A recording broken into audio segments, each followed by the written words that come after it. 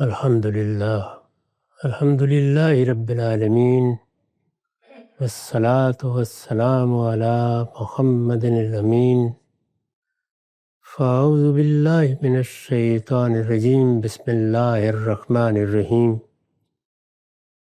خواتین و حضرات، ہم سورہ مومنون کی آیت 69-70 کا مطالعہ کر رہے ہیں۔ اس میں مخاطبین سے کچھ سوالات کیے گئے۔ میں عرض کر چکا ہوں کہ یہ آخری مرحلے کی صورتوں میں سے ہے۔ چنانچہ پہلا سوال یہ کیا گیا کہ کیا ایسا ہے کہ ایک کلام تمہاری طرف آیا اور تم اس پر غور نہیں کر سکے؟ ایک بات بیان کی گئی، پہنچائی گئی، لیکن سمجھ میں نہیں آئی، اس کا موقع نہیں ملا۔ تو چلیے، یہ ایک عذر بنتا ہے، لیکن کیا ایسا ہے؟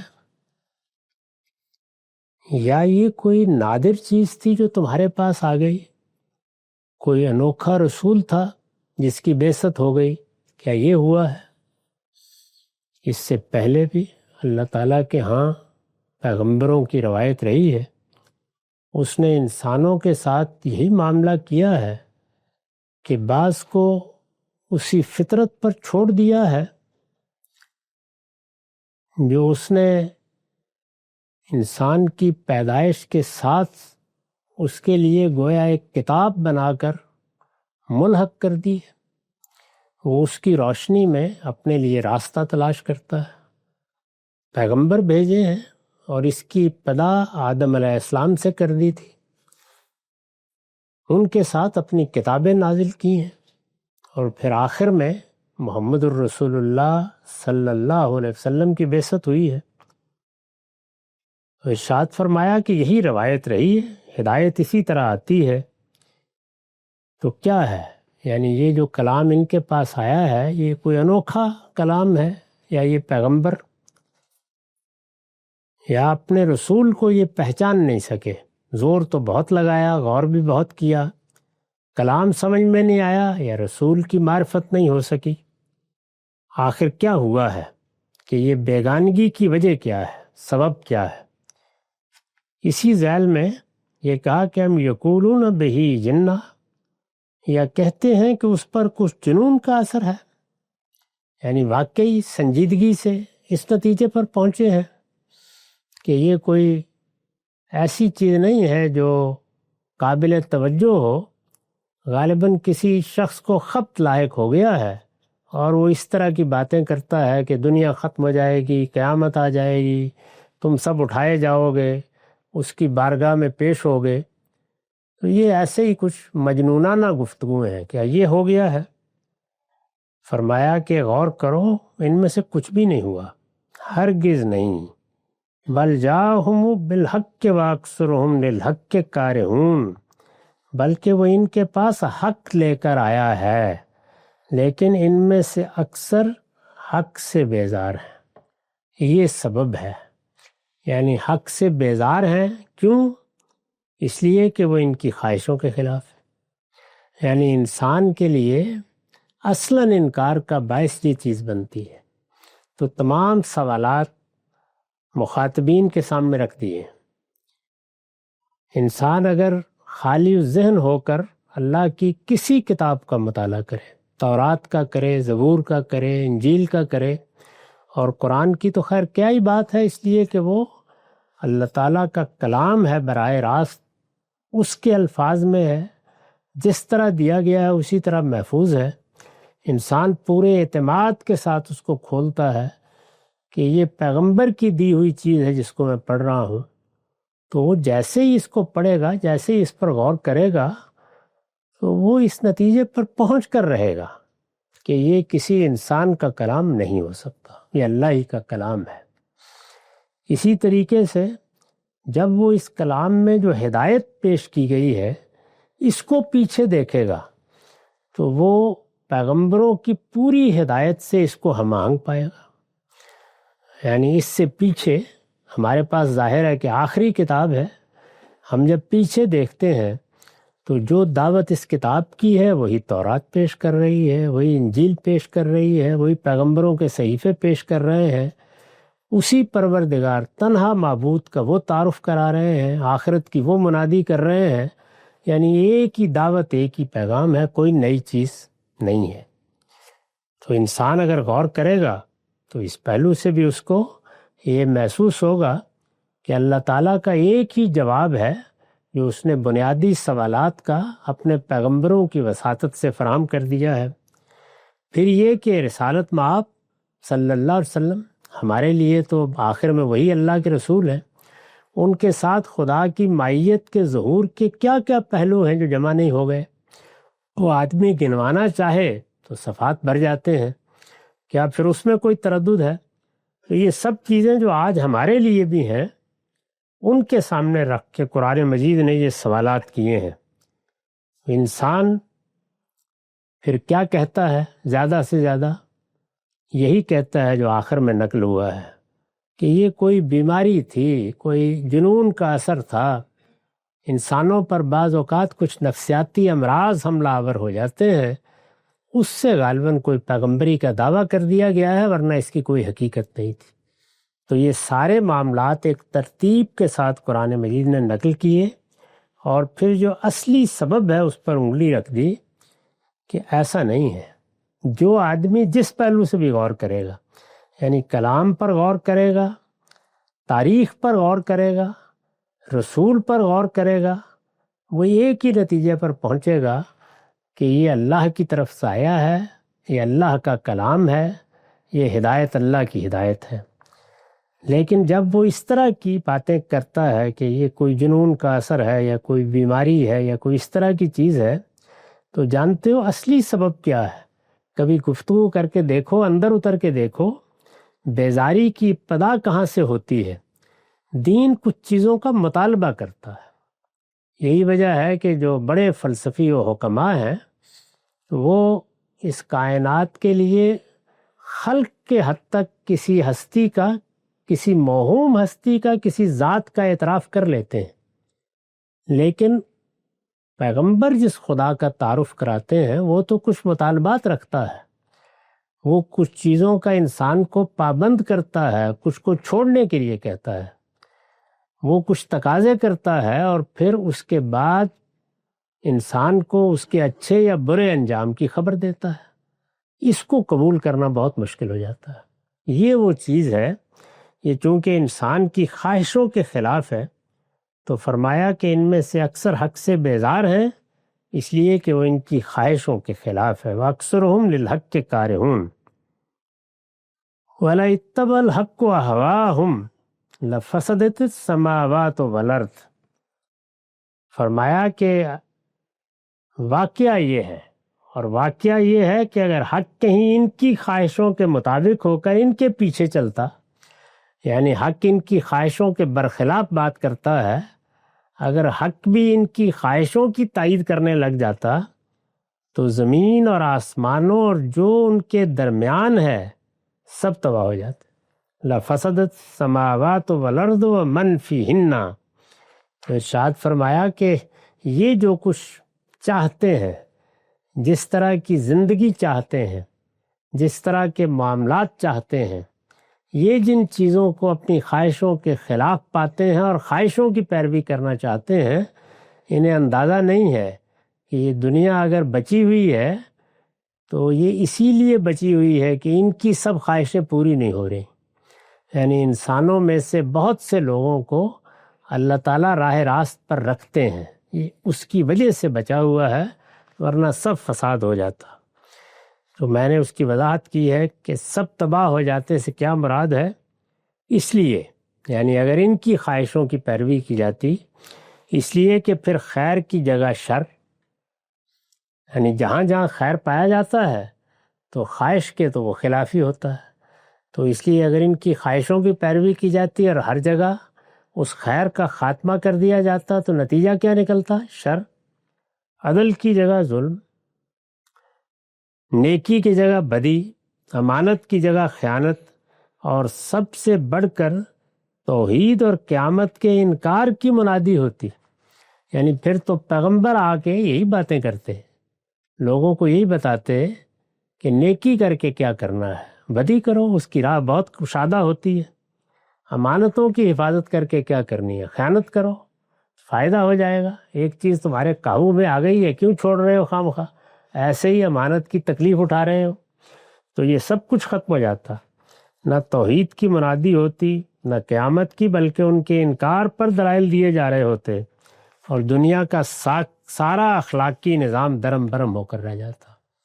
اس وقت بھی انسان بحثیں بہت کرتا ہے، اخلاقیات کی فطری بنیادوں کا انکار کرتا ہے، اللہ تعالیٰ کے الہام کا منکر ہو کر کھڑا ہو جاتا ہے، یہ سب کرتا ہے، لیکن ایسا نہیں ہوتا کہ سارے کے سارے لوگ اسی راستے پر چل نکلیں، اور جب چل نکلیں گے تو پھر وہ فساد پیدا ہوگا جس پر اللہ تعالیٰ اس دنیا کو ختم کر دیں گے۔ تو ارشاد فرمایا کہ اگر یہ دنیا چل رہی ہے تو حق، خیر، عدل اور سچائی اور اخلاقی احساس کی بنا پر چل رہی ہے۔ ارشاد فرمایا کہ بل آتینہم بذکرہم فہم من ذکرہم معرضون۔ تو ارشاد ہوا کہ یہ کسی قصہ گو کی کہانی نہیں ہے، بلکہ ہم تو ان کے پاس انہی کے حصے کی یاد دہانی لائے، یعنی یہ سمجھ رہے ہیں کہ یہ ایک داستان ہے، ایک سرگزشت ہے جو سنائی جا رہی ہے، یہ خوش قسمت ہے کہ ان کے حصے میں جو یاد دہانی اللہ کے ہاں مقدر تھی وہ ان کے پاس آئی ہے۔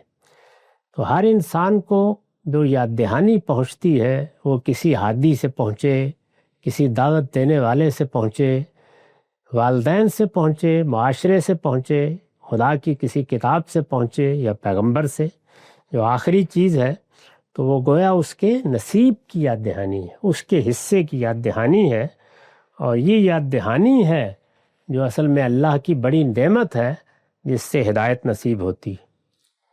بلکہ ہم تو ان کے پاس انہی کے حصے کی یاد دہانی لائے ہیں، مگر یہ ہے کہ اپنی ہی یاد دہانی سے منہ موڑ رہے ہیں، فہم من ذکرہم معرضون۔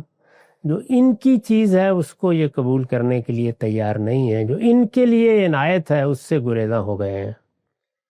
اس پر حاشیہ ہے، یعنی وہ یاد دہانی جو ان کی زبان میں ہے اور انہی کے اندر کا ایک شخص ان کے سامنے پیش کر رہا ہے، یہ رسول اللہ کے مخاطبین کو کہا ہے، یعنی وہ یاد دہانی جو ان کی زبان میں ہے اور انہی کے اندر کا ایک شخص ان کے سامنے پیش کر رہا ہے۔ ہم انہیں ایران و توران کے کسی پیغمبر اور کسی کتاب کی پیروی کے لیے نہیں کہہ رہے ہیں، اہل عرب پر امتنان، یعنی اللہ نے جو احسان فرمایا اور اتمام حجت کا یہ مضمون قرآن کے دوسرے مقامات میں بھی اسی وضاحت کے ساتھ مذکور ہے، یعنی انسان کو اگر اس کی زبان میں یاد دہانی نہیں پہنچی یا کسی دوسری قوم میں خطاب اترا اور وہ بالواسطہ اس تک پہنچا ہے، جیسے اب ہم قرآن مجید کا ترجمہ سناتے ہیں یا اس کا خلاصہ بتاتے ہیں یا اس کے احکام کی تعلیم دیتے ہیں، تو چلیے وہ کوئی عذر بھی پیش کر سکتا ہے اور اللہ تعالیٰ اس کے باطن کا لحاظ کر کے اس کے معاملے کو مؤخر بھی کر سکتے ہیں، لیکن ان لوگوں کے پاس کیا عذر ہے؟ یعنی رسول اللہ کے مخاطبین کے پاس، ان کے اندر سے اللہ نے اپنا رسول اٹھایا، یہ اس کی زندگی کے ایک ایک مرحلے سے واقف ہے، جو کلام نازل ہوا ہے ان کی زبان میں نازل ہوا ہے، ان کے لب و لہجے میں ان کو پڑھ کے سنایا جا رہا ہے، تو اس کے بعد کیا چیز ہے جو انکار کا باعث بنتی ہے؟ وہی سوالات کا سلسلہ ہے، ہم تسلہم خرجا فخراج ربک خیر، کیا تم ان سے کوئی معاوضہ مانگ رہے ہو کہ جس کے بوجھ تلے یہ دبے جا رہے ہیں؟ یعنی کیا وجہ کیا ہے، سبب کیا ہے؟ تو ایک ایک کر کے پوچھا ہے، اور ظاہر ہے کہ اسی بات کو مؤکد کرنا مقصود ہے کہ اصلاً کوئی غور و فکر نتیجہ نہیں ہے، معرفت کا نہ ہونا نتیجہ نہیں ہے، حق تک نہ پہنچ سکنا نتیجہ نہیں ہے، خواہشوں کی پیروی نتیجہ ہے۔ یعنی جو کچھ ہو رہا ہے وہ اس لیے ہو رہا ہے کہ یہ پیغمبر جو دعوت دے رہے ہیں اس میں کچھ ذمہ داریاں اٹھانی پڑتی ہیں اور کچھ خواہشوں کو ترک کرنا پڑتا ہے، اس کے لیے یہ تیار نہیں ہے۔ کیا تم ان سے کوئی معاوضہ مانگ رہے ہو کہ جس کے بوجھ تلے یہ دبے جا رہے ہیں؟ یعنی خیر خواہی کا ایک درس ہے جو دیا جا رہا ہے، وہی بات جو رسول اللہ نے سب کے لیے فرمائی کہ الدین والنصیحہ، دین خیر خواہی کا نام ہے، تو یہ خیر خواہی پیغمبر سے بڑھ کر کون کر سکتا ہے؟ وہی کر رہا ہے، تمہاری قرابت کا حق ہے جو ادا کر رہا ہے۔ یہی بات دوسری جگہ بیان کی ہے نا کہ الا المودۃ فی القربہ، یعنی میں تو تمہارے ساتھ جو میری قرابت ہے، رشتہ داری ہے، تعلق ہے، اس کا حق ادا کر رہا ہوں، اس کے سوا اور کوئی چیز نہیں ہے میرے پیش نظر۔ میں نے کوئی معاوضہ نہیں مانگا تم سے۔ کیا تم ان سے کوئی معاوضہ مانگ رہے ہو کہ جس کے بوجھ تلے یہ دبے جا رہے ہیں؟ سو انہیں بتا دو، فخراج ربک خیر وہو خیر الرازقین، انہیں بتا دو کہ تمہارے پروردگار کا صلہ تمہارے لیے بہتر ہے اور وہ بہترین روزی دینے والا ہے۔ یعنی تم تو اللہ ہی کے صلے کی توقع میں یہ کام کر رہے ہو، اسی کے ہاں پذیرائی چاہتے ہو۔ اگر کوئی نتیجہ دیکھنا چاہتے ہو تو اس کی عنایات کی صورت میں دیکھنا چاہتے ہو، اگر کسی چیز کے منتظر ہو تو اس کے فیصلہ خیر کے منتظر ہو، تو اللہ نے جو خیر تمہارے لیے رکھا ہوا ہے اس سے بڑا خیر یہ تمہیں دے سکتے ہیں۔ تم اگر اس کو اپنا ہدف بنا کر ان کی خدمت کر رہے ہو تو ان لا خیروں کو سمجھنا چاہیے کس بنیاد پر تم سے بیگانے ہو رہے ہیں، اور اللہ سے بڑھ کر کون روزی دینے والا ہو سکتا ہے؟ وہ بہترین روزی دینے والا ہے۔ تو ارشاد فرمایا کہ تمہاری تو ساری توقعات اللہ پروردگار عالم کے ساتھ ہے، تم اسی کی طرف دیکھتے ہو، اسی سے صلہ چاہتے ہو، اسی کی پذیرائی کے منتظر ہو، پھر کیا چیز ہے جو ان کی طرف سے انکار کا باعث بن رہی ہے؟ بالآخر یہی بات سامنے آئے گی کہ خواہشوں کی پیروی۔ وَإِنَّكَ لَتَدْعُوهُمْ إِلَىٰ صِرَاطٍ مُسْتَقِيمٍ، اس میں شبہ نہیں کہ تم تو انہیں ایک سیدھے راستے کی طرف بلا رہے ہو۔ وَإِنَّ الَّذِينَ لَا يُؤْمِنُونَ بِالْآخِرَةِ عَنِ الصِّرَاطِ لَنَاكِبُونَ، مگر جو آخرت پر یقین نہیں رکھتے وہ سیدھی راہ سے ہٹ کر چلنا چاہتے۔ وہی بات جو اوپر بیان کی تھی کہ سیدھی راہ خواہشوں کی راہ نہیں ہے، سیدھی راہ عقل کی راہ ہے، علم کی راہ ہے۔ تو انسان کے پاس یہی انتخاب ہے، چاہے تو علم و عقل کی راہ اختیار کرے اور چاہے تو خواہشوں کی۔ تو لوگ خواہشوں کی راہ اختیار کرنا چاہتے ہیں اور علم و عقل کی راہ سے گریزاں ہوتے ہیں۔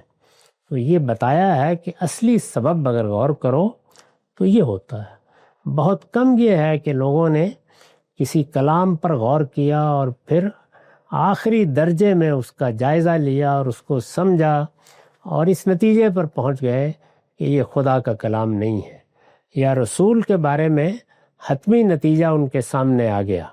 ایسا نہیں ہوتا، زیادہ تر وہی خواہشوں کی پیروی ہے جس کو سامنے رکھ کر پھر لوگ ایک کے بعد دوسرا بہانہ پیش کرتے چلے جاتے۔ سو انہیں بتا دو کہ تمہارے پروردگار کا صلہ تمہارے لیے بہتر ہے اور وہ بہترین روزی دینے والا ہے۔ اس میں شبہ نہیں کہ تم تو انہیں ایک سیدھے راستے کی طرف بلا رہے ہو، مگر جو آخرت پر یقین نہیں رکھتے وہ سیدھی راہ سے ہٹ کر چلنا چاہتے ہیں۔ کیونکہ آخرت پر یقین نہیں رکھتے تو اس لیے سمجھتے ہیں کہ یہ ہماری دنیا کیوں خراب کر رہے ہیں، یہ 4 دن کی زندگی ہے، اس میں ہمیں کھل کھیلنے کا موقع ملنا چاہیے، کبھی اس چیز سے روکنا، کبھی اس کو ممنوع کرا دینا، کبھی یہ حرمت کبھی وہ حرمت۔ تو ہمیں آزاد چھوڑا جائے تاکہ ہم دنیا کی زندگی سے جو لطف اٹھانا چاہتے ہیں آخری درجے میں اٹھا لیں، مگر جو آخرت پر یقین نہیں رکھتے وہ سیدھی راہ سے ہٹ کر چلنا چاہتے ہیں، یہ کسی طرح ماننے والے نہیں ہیں۔ چنانچہ یہ حقیقت ہے کہ اگر ہم ان کو کسی آزمائش میں ڈالتے، پھر ہم ان پر رحم کرتے اور ان کی تکلیف دور کر دیتے تو اپنی سرکشی میں لگے ہوئے یہ اسی طرح بھٹکتے رہے، یعنی یہی ہوتا ان کے ساتھ۔ وَلَوْ رَحِمْنَاهُمْ وَكَشَفْنَا مَا بِهِمْ مِنْ ضُرٍّ لَلَّجُّوا فِي طُغْيَانِهِمْ يَعْمَهُونَ۔ اس طرح گویا یہ بتایا کہ ایسا نہیں ہے کہ ہم نے ان کو کوئی اچانک پکڑ لیا ہے، ہم ان کو مختلف مراحل سے گزارتے، آزمائشوں میں ڈالتے، پھر ان کی دعائیں سن لیتے، ان پر رحم فرماتے، ان کی تکلیفیں دور کر دیتے۔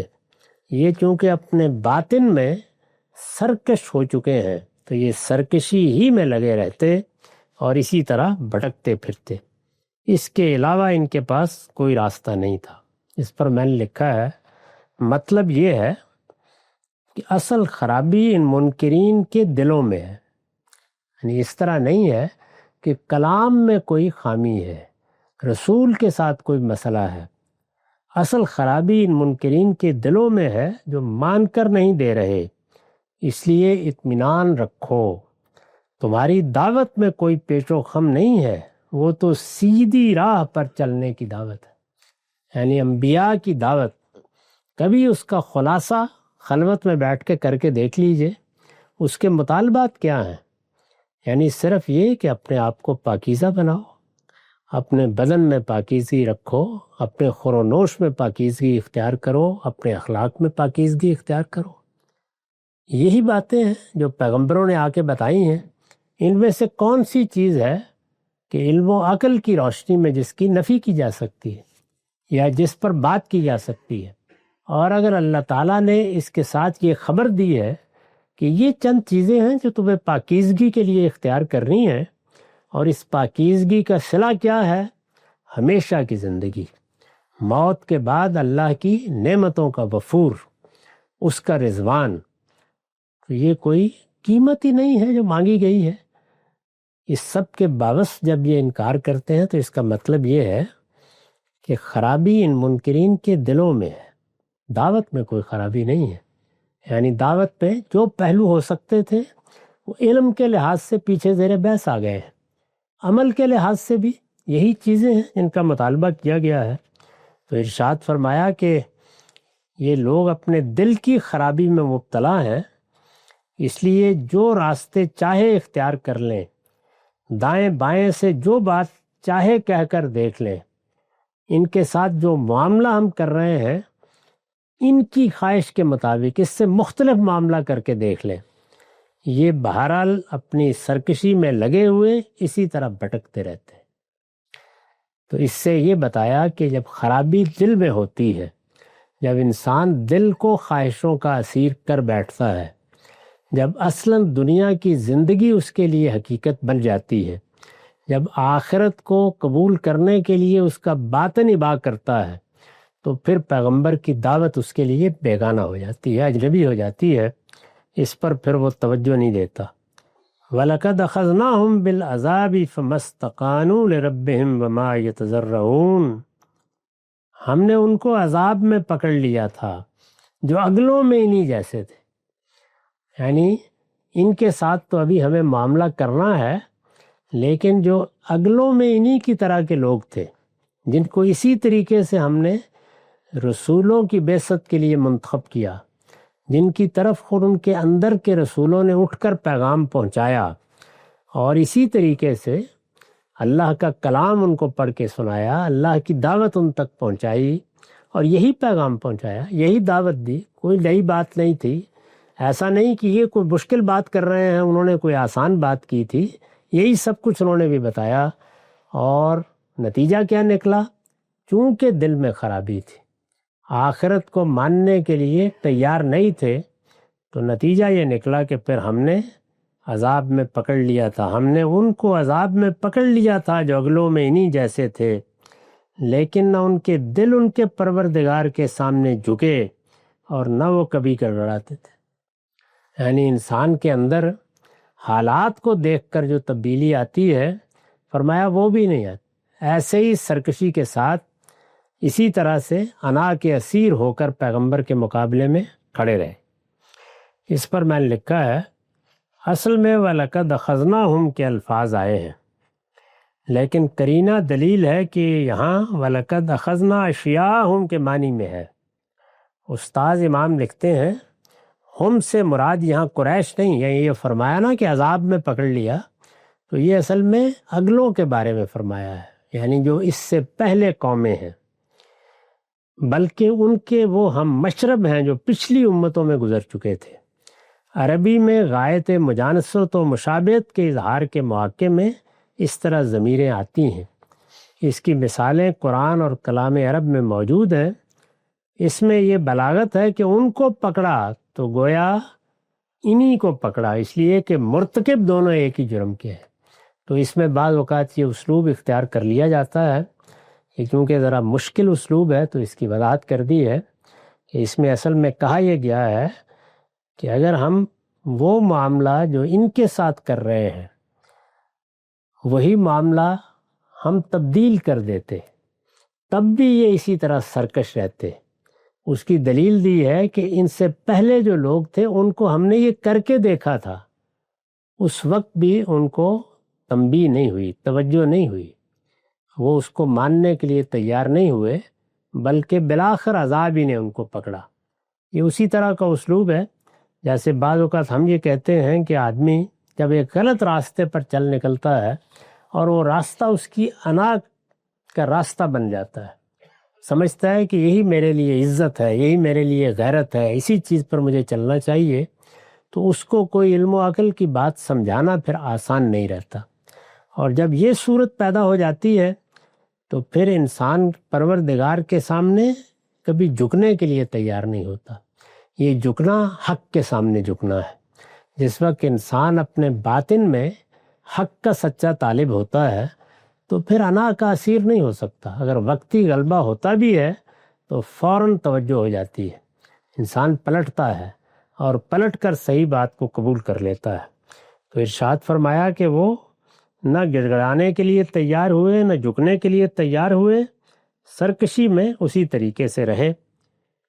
یہ جو الفاظ آئے ہیں وَمَا يَتَضَرَّعُونَ، اس پر میں لکھا ہے کہ آیت میں مضارع سے پہلے ایک فعل ناقص محذوف ہے اور گڑ گڑانے کے لیے تضرع کا لفظ استعمال ہوا ہے، جو ترجمہ کیا گیا ہے کہ نہ ان میں سے کوئی جھکنے کے لیے تیار ہوا نہ گڑ گڑانے کے لیے، تو اس میں اصل میں جو لفظ آیا ہے وہ تضرع ہے۔ یہ اس فریاد اور زاری کے لیے آتا ہے جو دل کی خستگی کے نتیجے کے طور پر ظاہر ہوتی ہے۔ تضرع کا لفظ بولا جاتا ہے جب انسان اپنے باطن میں جھک جاتا ہے، جب دل میں نرمی پیدا ہوتی ہے تو اس کے نتیجے میں انسان پھر جو فریاد کرتا ہے، زاری کرتا ہے، وہ جب اپنے گناہوں کا اعتراف کرتا ہے، وہ سرکشی چھوڑ کر اپنی کمر بھی جھکا دیتا ہے، اپنا دل بھی جھکا دیتا ہے، اس کے لیے یہ لفظ بولا جاتا ہے۔ آیت میں استقامت کا لفظ اسی خستگی کو بیان کرتا ہے، یعنی دونوں پہلو بیان کر دیے ہیں کہ نہ ان کے دل ان کے پروردگار کے سامنے جھکے، اس لیے کہ پہلے دلوں ہی کو جھکنا ہوتا ہے۔ دل جھکتے ہیں تو پھر اس کا اثر انسان کی زبان پر بھی ہوتا ہے اور اس کے عمل پر بھی ہوتا ہے۔ زبان پر ہوتا ہے تو حق کا اعتراف کرتا ہے، اور عمل پر ہوتا ہے تو وہ خواہشوں کی پیروی چھوڑ کر علم و عقل کی راہ اختیار کرتا ہے۔